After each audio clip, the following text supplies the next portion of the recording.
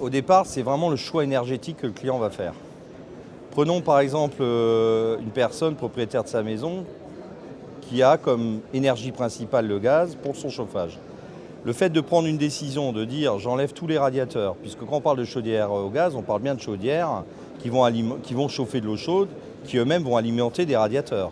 Donc c'est démonter tous les radiateurs pour ensuite mettre des lignes électriques aux normes et mettre des émetteurs de chauffe, qu'ils soient radiateurs ou convecteurs. Je pense que c'est des chantiers beaucoup trop lourds. Donc très souvent, on a de l'énergie au gaz, on a tendance quand même à rester au gaz.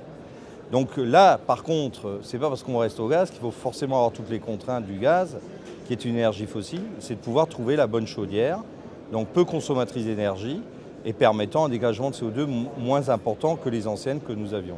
Maintenant, au niveau de l'électrique, encore une fois, nous avons effectivement comme source d'énergie principale pour le chauffage l'électricité. Je pense que là, c'est important puisque le prix du kilowattheure reste cher aujourd'hui. Quoi qu'on dise, quoi qu'on fasse, ce qui est cher indiscutablement, ce qui est cher se gère.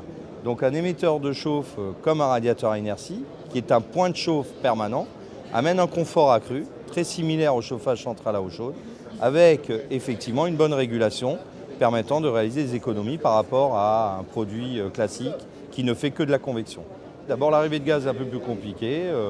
Il faut faire très attention. Il y a des consuels, dans l'électricité aussi, mais c'est plus réglementé. Il y a des visites régulières pour voir si votre arrivée de gaz est toujours aux normes, normal.